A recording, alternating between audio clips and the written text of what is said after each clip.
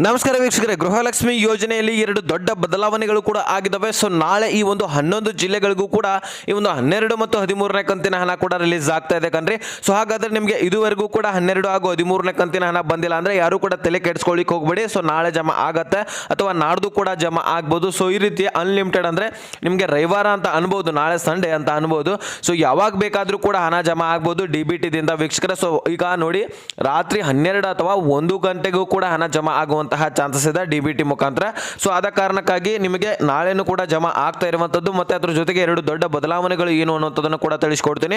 So ನೀವು ಮುಖ್ಯವಾಗಿ ಏನು ತಿಳ್ಕೊಬೇಕಪ್ಪ ಅಂದ್ರೆ ಈ ಒಂದು 11 ಜಿಲ್ಲೆಗಳು ಯಾವುವು ಅನ್ನುವಂಥದ್ದನ್ನ ತಿಳ್ಕೊಬೇಕಾಗತ್ತೆ. ಯಾಕಂದ್ರೆ ಒಂದು 11 ಜಿಲ್ಲೆಗಳಲ್ಲಿ ನಿಮ್ಮ ಜಿಲ್ಲೆನೂ ಕೂಡ ಆಗಿದ್ರೆ ನಿಮ್ಮ ಖಾತೆಗೂ ಕೂಡ ಹಣ ಜಮಾ ಆಗತ್ತೆ. ಸೊ ಅದಕ್ಕೋಸ್ಕರ ವಿಡಿಯೋನ ಕಂಪ್ಲೀಟ್ ಆಗಿ ನೋಡಿ, ಮಧ್ಯೆ ಸ್ಕಿಪ್ ಮಾಡಿಬಿಡಿ. ಚಾನಲ್ಗೆ ಸಬ್ಸ್ಕ್ರೈಬ್ ಮಾಡಿಲ್ಲ ಅಂದ್ರೆ ದಯವಿಟ್ಟು ಬೇಗನೆ ಸಬ್ಸ್ಕ್ರೈಬ್ ಮಾಡ್ಕೊಳ್ಳಿ. ವಿಡಿಯೋಕೊಂದೇ ಒಂದು ಲೈಕ್ ಕೊಟ್ಬಿಟ್ಟು ವಿಡಿಯೋನ ನೋಡ್ಲಿಕ್ಕೆ ಸ್ಟಾರ್ಟ್ ಮಾಡಿ. ಈಗ ಡೈರೆಕ್ಟ್ ಆಗಿ ಟಾಪಿಕ್ ಬಂದಿರ್ತೀನಿ ವೀಕ್ಷಕರಲ್ಲಿ. ಮುಖ್ಯವಾಗಿ ಬಹಳಷ್ಟು ಜನರು ನಮ್ಮ ಕರ್ನಾಟಕ ರಾಜ್ಯದಲ್ಲಿರುವಂತಹ ಡ್ರೈವರ್ಗಳು ಅಂತಾನೆ ಅನ್ಬೋದು. ಸೊ ಬಹಳಷ್ಟು ಫಲಾನುಭವಿಗಳು ಇಲ್ಲಿ ಸ್ವಾವಲಂಬಿ ಸಾರಥಿ ಯೋಜನೆ ಬಗ್ಗೆನೂ ಕೂಡ ಕೇಳ್ತಾ ಇದ್ರು ವೀಕ್ಷಕರೇ. ಸೊ ಅದ್ರ ಬಗ್ಗೆನೂ ಕೂಡ ನಿಮಗೆ ತಿಳಿಸ್ಕೊಡ್ತೀನಿ. ಸೊ ಮೊದಲು ಸ್ವಲ್ಪ ಗೃಹಲಕ್ಷ್ಮಿ ಯೋಜನೆಯ ಬಗ್ಗೆ ಬದಲಾವಣೆಗಳನ್ನ ತಿಳಿಸ್ಕೊಡ್ತೀನಿ. ಸೊ ಇಲ್ಲಿ ನೋಡಿ, ಗೃಹಲಕ್ಷ್ಮಿ ಯೋಜನೆಯ 12 ಹಾಗೂ 13ನೇ ಕಂತಿನ ಹಣ ಈಗಾಗಲೇ ನಿಮಗೆ ಬರಬೇಕಾಗಿತ್ತಲ್ವಾ. ಸೊ ಅದನ್ನೇ ಬದಲಾವಣೆ ಮಾಡಿರುವಂತದ್ದು ಇಲ್ಲಿ ರಾಜ್ಯ ಸರ್ಕಾರ. ಈಗ ಈ ಒಂದು ಗೃಹಲಕ್ಷ್ಮಿ ಯೋಜನೆ ಇದುವರೆಗೂ ಕೂಡ 12 ಹಾಗೂ 13ನೇ ಕಂತಿನ ಹಣ ಬರಬೇಕಾಗಿತ್ತು. ಈಗ ಮಹಿಳಾ ಮತ್ತು ಮಕ್ಕಳ ಕಲ್ಯಾಣ ಇಲಾಖೆ ಸಚಿವಾದಂತಹ ಲಕ್ಷ್ಮೀ ಹೆಬ್ಬಾಳ್ಕರ್ ಮೇಡಮ್ ಅವರು ಸಿದ್ದರಾಮಯ್ಯನವರ ಹತ್ರನೂ ಕೂಡ ಈಗಾಗಲೇ ಮಾತನಾಡಿದ್ದಾರೆ. ಸೊ ಒಂದು ಹಣಕಾಸು ಇಲಾಖೆಯಿಂದ ಫಂಡ್ ಕೂಡ ರಿಲೀಸ್ ಆಗೋದಿದೆ. ಸೊ ಅದಾದ್ಮೇಲೆ ಈಗಾಗಲೇ ಅಮೌಂಟ್ ಹಾಕಬೇಕಾಗಿತ್ತು. ಸೊ ಈಗ ಬದಲಾವಣೆ ಏನಾಗಿದೆ ಅಂದ್ರೆ ಇನ್ನು 2-3 ದಿನಗಳಲ್ಲಿ ಹಾಕುವಂತೆ ಒಂದು ದೊಡ್ಡ ಬದಲಾವಣೆಗಳು ಕೂಡ ಆಗಿದ್ದಾವೆ. ಸೊ ಅದರಲ್ಲಿ ಅನ್ನಭಾಗ್ಯ ಯೋಜನೆಯಲ್ಲಿ ಒಂದು ಬದಲಾವಣೆ ಕೂಡ ಆಗಿರುವಂತದ್ದು. ಸೊ ಅದರ ಬಗ್ಗೆನೂ ಕೂಡ ನಿಮಗೆ ತಿಳಿಸ್ಕೊಡ್ತೀನಿ. ಇಲ್ಲಿ ನೋಡಿ, ಒಂದು ಬದಲಾವಣೆ ಏನಪ್ಪಾ ಅಂದ್ರೆ ಈಗ ಅಮೌಂಟ್ ಬರಬೇಕಾಗಿತ್ತಲ್ವಾ. ಸೊ ಇನ್ನು 2-3 ದಿನಗಳಲ್ಲಿ ಹಾಕೊಡ್ತೇವೆ, ಮುಂದಿನ ವಾರದಲ್ಲಿ ಹಾಕೊಡ್ತೇವೆ ಅಂತ ಒಂದು ಸ್ಪಷ್ಟನೆಯನ್ನ ಕೊಟ್ಟಿರುವಂತದ್ದು. ಸೊ ಬದಲಾವಣೆಯನ್ನ ಮಾಡಿರುವಂತದ್ದು ಲಕ್ಷ್ಮೀ ಹೆಬ್ಬಾಳ್ಕರ್ ಅವರು ಈಗಾಗಲೇ ಹಾಕ್ತೇವೆ ಅಂತ ಹೇಳಿದ್ರು, ಮತ್ತೆ ಚೇಂಜ್ ಅನ್ನ ಮಾಡಿರುವಂತದ್ದು. ಸೊ ಅದೇ ರೀತಿಯಾಗಿ ನೀವು ಮುಖ್ಯವಾಗಿ ಅನ್ನಭಾಗ್ಯ ಯೋಜನೆ ಕಡೆ ಬರೋದಾದ್ರೆ ಇಲ್ಲಿ ನೋಡಿ ವೀಕ್ಷಕರೇ, ಅನ್ನಭಾಗ್ಯ ಯೋಜನೆಯಲ್ಲಿ ಏನು ಬದಲಾವಣೆ ಆಗಿದೆ ಅಂದರೆ ಈಗಾಗಲೇ ನೀವು ಅಕ್ಕಿಯನ್ನು 5 kg ಪಡಿತಾ ಇದ್ರಿ ಮತ್ತು ಇನ್ನು ಉಳಿದಂತಹ 5 kg ಅಕ್ಕಿಯ ಬದಲಾಗಿ ಹಣವನ್ನು ಪಡಿತಾ ಇದ್ರಿ. ಓಕೆನಾ. ಸೊ ಒಂದು ಹಣದ ಒಂದು ಅಮೌಂಟನ್ನು ಕೊಡ್ತಾ ಇದ್ರಲ್ವ, ಒಬ್ಬರಿಗೆ 170 ರೂಪಾಯಿದಂತೆ ಕೊಡ್ತಾ ಇದ್ರು. ಸೊ ಹಾಗಾದರೆ ಆ ಒಂದು 170 ರೂಪಾಯಿದಂತೆ ನಿಮಗೆ ಎಷ್ಟು ಜನ ಸದಸ್ಯರಿರ್ತಾರೆ ಅದರ ಮೇಲೆ ಡಿವೈಡ್ ಆಗಿ ಬರ್ತಾ ಇತ್ತು, ಇಂಟು ಆಗಿ. ಸೊ ಆದರೆ ಈಗ ಒಂದು 5 kg ಅಕ್ಕಿಯನ್ನು ಕೊಡ್ತಾ ಇದ್ರು, 5 kg ಅಕ್ಕಿಯ ಬದಲಾಗಿ ಪದಾರ್ಥವನ್ನು ಕೊಡ್ತೇವೆ ಅಂತ KH ಮುನಿಯಪ್ಪನವರು ಸ್ವತಃ ಸ್ಪಷ್ಟನೆಯನ್ನ ಕೊಟ್ಟಿರುವಂತದ್ದು ಇಲ್ಲಿ ನ್ಯೂಸ್ಗಳಲ್ಲಿ. ಸೊ ಈಗಾಗಲೇ ಕೆಲವೊಂದಿಷ್ಟು ವಿಡಿಯೋಗಳಲ್ಲಿ ಅದ್ರ ಬಗ್ಗೆನೂ ಕೂಡ ಮಾಹಿತಿ ಕೊಟ್ಟಿದ್ದೀನಿ. ಸೊ ಆದ್ರೆ ಈಗ ಮತ್ತೆ ಚೇಂಜ್ ಮಾಡಿರುವಂತದ್ದು ಈಗ ರಾಜ್ಯ ಸರ್ಕಾರ. ಬಹಳಷ್ಟು ಜನ ಕನ್ಫ್ಯೂಸ್ ಆಗಿಬಿಟ್ಟಿದ್ದೀರಾ, ಈಗ ಮತ್ತೆ ನಮಗೆ ಪದಾರ್ಥಗಳೇ ಸಿಗ್ತಾವಂತ. ಇಲ್ಲ ವೀಕ್ಷಕರೇ, ಪದಾರ್ಥಗಳನ್ನ ಮತ್ತೆ ತೆಗೆದಾಕಿರುವಂತದ್ದು ರಾಜ್ಯ ಸರ್ಕಾರ, ಮತ್ತೆ ಹಣವನ್ನ ಕೊಡ್ಲಿಕ್ಕೆ ಮುಂದಾಗಿದೆ. ಇಲ್ಲಿ ಸ್ವತಃ KH ಮುನಿಯಪ್ಪನವರೇ ಒಂದು ಮಾಧ್ಯಮದಲ್ಲಿ ಸ್ಪಷ್ಟನೆಯನ್ನ ಕೊಟ್ಟಿರ್ಬೋದು. ಸರ್ವೆ ಮಾಡಿದ್ರಂತೆ, ಒಂದು ದೊಡ್ಡ ಸರ್ವೆಯಲ್ಲಿ ಬಹಳಷ್ಟು ಫಲಾನುಭವಿಗಳು ಏನಂದ್ರೆ ಈ ಒಂದು ನಮಗೆ ಹಣವನ್ನು ಕೊಡ್ತಿರಲ್ಲ, ಅದರ ಬದಲಾಗಿ ಪದಾರ್ಥಗಳನ್ನು ಕೊಡಿ ಅಥವಾ ಏನಾದರೂ ಚೇಂಜಸ್ ಮಾಡಿ ಅಂತ ಒಂದು ಸ್ಪಷ್ಟನೆಯನ್ನು ಕೊಟ್ಟಿರುವಂಥದ್ದು.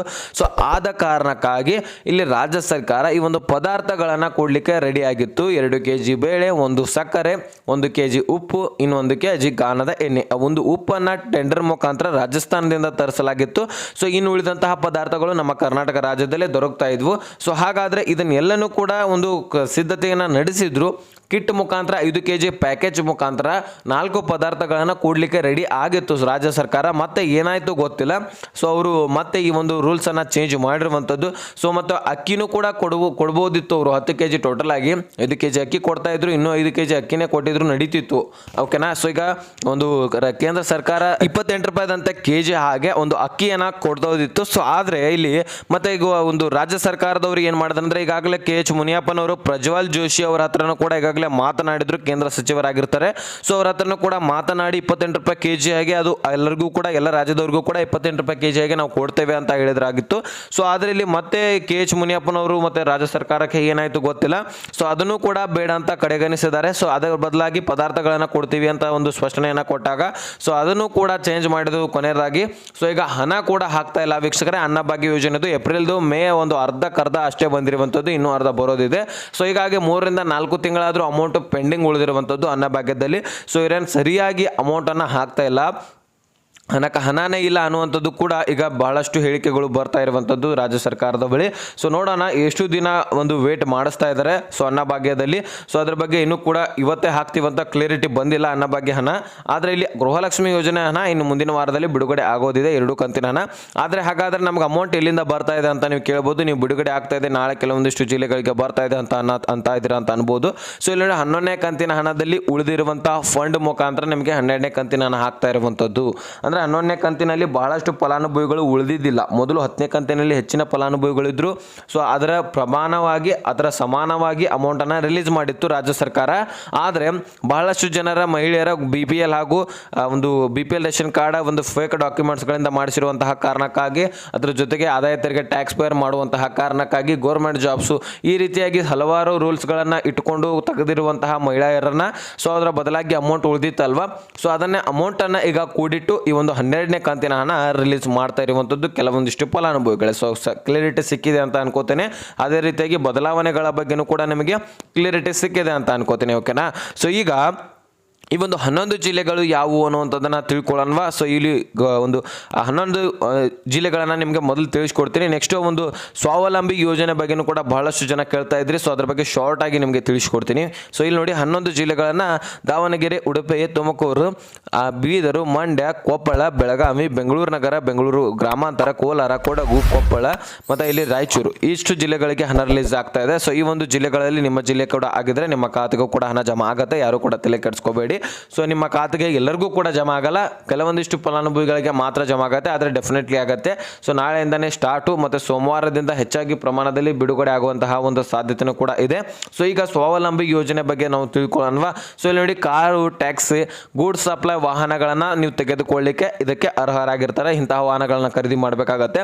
ಇಲ್ಲಿ ನಿಮಗೆ ಒಂದು ವಾಹನದ ರೇಟು 6 ಲಕ್ಷ ಇದೆ ಅಂತ ಅನ್ಕೊಳ್ಳಿ, ಅಲ್ಲಿ ಅರ್ಧಕ್ಕರ್ಧ 3 ಲಕ್ಷ ಉಚಿತವಾಗುತ್ತೆ. ಅಥವಾ ನಿಮ್ಮ ಒಂದು ವಾಹನ ರೇಟು 4 ಲಕ್ಷ ಇದೆ ಅಂದರೆ 2 ಲಕ್ಷ ಉಚಿತವಾಗುತ್ತೆ. ಓಕೆನಾ. ಸರ್ಕಾರದ ಹಣ ಒಮ್ಮೆಲೆ ಕೊಡೋದಿಲ್ಲ ನಿಮಗೆ. ಮೊದಲನೇದಾಗಿ ನಿಮಗೆ ತಿಳ್ಕೊಬೇಕಂದ್ರೆ ಸರ್ಕಾರ ಒಮ್ಮೆಲೆ ಹಣ ಕೊಡೋದಿಲ್ಲ. ನೀವು ಏನು ಕೊಡಬೇಕಾಗಿರುವಂತಹ ಈಗ 6 ಲಕ್ಷ ರೂಪಾಯಿ ಒಂದು ವಾಹನ ತೆಗೆದುಕೊಂಡಿದ್ದೀರಾ, EMI ಮುಖಾಂತರ ನೀವು ಏನು ಮಾಡಬೇಕು, 3 ಲಕ್ಷ ರೂಪಾಯಿ ಏನು ನೀವು ಕಟ್ಟಬೇಕಾಗತ್ತೆ. ಸೊ ಅದನ್ನು ಕಟ್ಟಿಬಿಟ್ಟು ಅವರು ಕೊಟ್ಟಿರುವಂತಹ ಬ್ಯಾಂಕ್ನವರು ಕೊಟ್ಟಿರುವಂತಹ ಟೈಮಿಂಗ್ ಒಳಗಾಗಿ, ಅಂದರೆ ಈಗ 18 ತಿಂಗಳನ್ನು ಕೊಟ್ಟಿದ್ದಾರೆ ಅಂತ ಅಂದ್ಕೊಳ್ಳಿ, 1.5 ವರ್ಷ ಹೆಚ್ಚಾಗಿನೇ ಹಾಕೋಬಹುದು, 3 ವರ್ಷದವರೆಗೂ ಕೂಡ. ಈಗ 3 ವರ್ಷನೇ ಅನ್ಕೊಳ್ಳಿ. ಸೊ 3 ವರ್ಷದವರೆಗೆ ನೀವು ಏನು ಮಾಡಬೇಕು, 3 ಲಕ್ಷ ರೂಪಾಯಿ ತೀರಿಸಿದ್ದೇ ಆದರೆ, ಸೊ 3 ಲಕ್ಷ ರೂಪಾಯಿ ನೀವು ಹಣವನ್ನು ಕಟ್ಟಿದ್ದೇ ಆದರೆ, ಸೊ ನಿಮಗೆ ಏನಾಗುತ್ತೆ, ಮುಂದೆ ಕೊಡುವಂತಹ ಒಂದು 3 ಲಕ್ಷ ರೂಪಾಯಿ ಏನು ನೀವು ಇನ್ನೂ ತುಂಬಬೇಕಾಗಿರುತ್ತಲ್ಲ, ಸೊ ಅದನ್ನು ಸರ್ಕಾರದ ಕಡೆಯಿಂದ ತೀರಿಸ್ತಾರೆ. ಓಕೆನಾ. ಸೊ ನಿಮಗೆ ಸರ್ಕಾರದ ಕಡೆಯಿಂದ ಹಣ ಬಂದುಬಿಡುತ್ತೆ. ಈ ಕಡೆ 3 ಲಕ್ಷ ರೂಪಾಯಿ ಅಷ್ಟೇ ನೀವು ತುಂಬಬೇಕಾಗತ್ತೆ. ಓಕೆನಾ. ಅವ್ರು ಕೊಟ್ಟಿರುವಂತಹ ಟೈಮ್ ಒಳಗಾಗಿನೇ ತುಂಬಬೇಕಾಗತ್ತೆ. ಇಲ್ಲಾಂದ್ರೆ ಬಡ್ಡಿ ಕೂಡ ಜಾಸ್ತಿ ಮಾಡ್ತಾರೆ, ಅಥವಾ ನಿಮಗೆ ಆ ಒಂದು 3 ಲಕ್ಷ ರೂಪಾಯಿ ಸೂಟ್ ಕೂಡ ಆಗಲ್ದೇ ಇರ್ಬೋದು, ನೀವೇ ಮತ್ತೆ ಕಟ್ಬೋದಾಗ್ಬೋದು. ಸೊ ಅದಕ್ಕೋಸ್ಕರ ಕಟ್ಟುನಿಟ್ಟಾಗಿ ಕರೆಕ್ಟ್ ಆಗಿರುವಂತಹ ಟೈಮ್ಗೆ ನೀವು 3 ಲಕ್ಷ ರೂಪಾಯಿ ತೀರಿಸಬೇಕಾಗತ್ತೆ. ಸೊ ಅಷ್ಟು ತೀರಿಸಿದ ತಕ್ಷಣ ಒಂದು 3 ಲಕ್ಷ ರೂಪಾಯಿ ಪೇಡ್ ಆಗುತ್ತೆ. ಸೊ ಹಾಗಾದ್ರೆ ಇದಕ್ಕೆ ನೀವು ಏನು ಮಾಡ್ಬೋದು, ಪುರುಷರು ಕೂಡ ಅರ್ಜಿ ಸಲ್ಲಿಸಬಹುದು, ಮಹಿಳೆಯರು ಕೂಡ ಅರ್ಜಿಯನ್ನು ಸಲ್ಲಿಸಬಹುದಾಗಿರುತ್ತೆ. ಇಲ್ಲಿ ನೋಡಿ, ವಾರ್ಷಿಕ ಆದಾಯನೂ ಕೂಡ ಇದಕ್ಕೆ ಅರ್ಹತೆಗಳನ್ನು ಕೂಡ ಇದಾವೆ ನೋಡಿ. 21 ಅಥವಾ 21ರಿಂದ 45 ವರ್ಷದ ಒಳಗಿರುವಂತಹ ಅಭ್ಯರ್ಥಿಗಳು ಮಾತ್ರ ಇದಕ್ಕೆ ಅರ್ಜಿಯನ್ನು ಸಲ್ಲಿಸಬಹುದು. ಅದು ಪುರುಷರಾಗಿರಲಿ ಅಥವಾ ಮಹಿಳೆಯರಾಗಿರಲಿ, ಯಾರು ಬೇಕಾದರೂ ಕೂಡ ಅರ್ಜಿಯನ್ನು ಸಲ್ಲಿಸಬಹುದು. ವಾರ್ಷಿಕ ಆದಾಯ ಇಲ್ಲಿ ನೋಡಿ, ಹಳ್ಳಿಯಲ್ಲಿರುವಂತಹ ಗ್ರಾಮದಲ್ಲಿರುವಂತಹ ಒಂದು ಫಲಾನುಭವಿಗಳಿಗೆ 98,000 ಒಳಗಡೆ ಇರಬೇಕಾಗತ್ತೆ. ಹಳ್ಳಿಯಲ್ಲಿರುವಂತಹ ಫಲಾನುಭವಿಗಳಿಗೆ 98,000 ಒಳಗಡೆ ವಾರ್ಷಿಕ ಆದಾಯ ಇರಬೇಕಾಗತ್ತೆ, ಕುಟುಂಬದ ವಾರ್ಷಿಕ ಆದಾಯ. ಅದೇ ರೀತಿಯಾಗಿ ಆ ಟೌನ್ದವರು ಅಂದರೆ ಸಿಟಿಯಲ್ಲಿರುವಂತಹವರು 1,20,000 ಒಳಗಡೆ ಇರಬೇಕಾಗತ್ತೆ. ಓಕೆನಾ. ಸೊ ಇಲ್ಲಿ ನೋಡಿ, ಪುರುಷರು ಹಾಗೂ ಮಹಿಳೆಯರು ಅರ್ಜಿ ಸಲ್ಲಿಸಬೇಕಂತ ಹೇಳಿದ್ದೀನಿ. ಡಾಕ್ಯುಮೆಂಟ್ಸ್ಗಳನ್ನು ತಿಳ್ಕೊಳ್ಳಿ ಏನೇನು ಬೇಕು ಅನ್ನುವಂಥದ್ದನ್ನು ನೋಡಿ. ಫೋಟೋ ಬೇಕಾಗುತ್ತೆ, 2 passport size. So next caste income ಬೇಕಾಗುತ್ತೆ, ಇನ್ಕಮ್ ಮತ್ತು ಕಾಸ್ಟು. ಅದೇ ರೀತಿಯಾಗಿ ಆಧಾರ್ ಕಾರ್ಡು ಮುಖ್ಯವಾಗಿ ಬೇಕಾಗುತ್ತೆ, ಅದಕ್ಕೆ ನಮ್ಮ ಮೊಬೈಲ್ ನಂಬರ್ ಕೂಡ ಲಿಂಕ್ ಇರಬೇಕು. ಮತ್ತು ಡ್ರೈವಿಂಗ್ ಲೈಸೆನ್ಸು ಬಹಳ ಮುಖ್ಯವಾಗಿರುವಂಥದ್ದು, ಇದ್ದಿದ್ರೇ ಅರ್ಜಿಯನ್ನು ಸಲ್ಲಿಸಲಿಕ್ಕೆ ಸಾಧ್ಯ. ಅದೇ ರೀತಿಯಾಗಿ ಆಧಾರ್ ಕಾರ್ಡು ಮತ್ತು ಬ್ಯಾಂಕ್ ಪಾಸ್ಬುಕ್ಗೆ KYC ಆಗಿರಬೇಕು, ಅಂದರೆ ಲಿಂಕ್ ಆಗಿರಬೇಕು. ಮೊಬೈಲ್ ನಂಬರ್ ಕೂಡ ಲಿಂಕ್ ಆಗಿರಬೇಕು. ಇಷ್ಟು ಡಾಕ್ಯುಮೆಂಟ್ಸ್ಗಳು ಬೇಕಾಗುತ್ತೆ.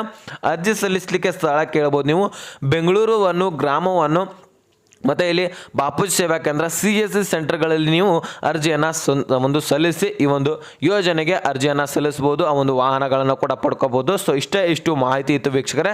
ಸೊ ಇದು ಕ್ಲಿಯರಿಟಿ ಸಿಕ್ಕಿದೆ ಅಂತ ಅನ್ಕೋತೀನಿ. ಏನೇ ಕನ್ಫ್ಯೂಷನ್ ಇದ್ರೂ ಕೂಡ ಇನ್ಸ್ಟಾಗ್ರಾಮ್ ಲಿಂಕು ಡಿಸ್ಕ್ರಿಪ್ಷನಲ್ಲಿ ಇರುತ್ತೆ, ಅಲ್ಲಿಂದ ನನಗೆ ಮೆಸೇಜ್ ಮಾಡಿದ್ರೆ ನಾನು ನಿಮಗೆ ಪರ್ಸನಲ್ ಆಗಿ ತಿಳಿಸ್ಕೊಡ್ತೀನಿ. ಇದ್ರ ಬಗ್ಗೆ ಸಂಪೂರ್ಣವಾಗಿ ಅರ್ಥ ಆಗಿದ್ರೆ ಲೈಕ್ ಮಾಡಿ, ನಿಮ್ಮ ಸ್ನೇಹಿತರಿಗೆ ಶೇರ್ ಮಾಡಿ, ಸಬ್ಸ್ಕ್ರೈಬ್ ಮಾಡಿ ಅಂತ ಹೇಳ್ತಾ ಮತ್ತೆ ಮುಂದಿನ ಮಾಹಿತಿ ಸಿಗೋಣ. ಸೊ ಅಲ್ಲಿ ತನಕ ಬೈ ಬೈ ಫ್ರೆಂಡ್ಸ್.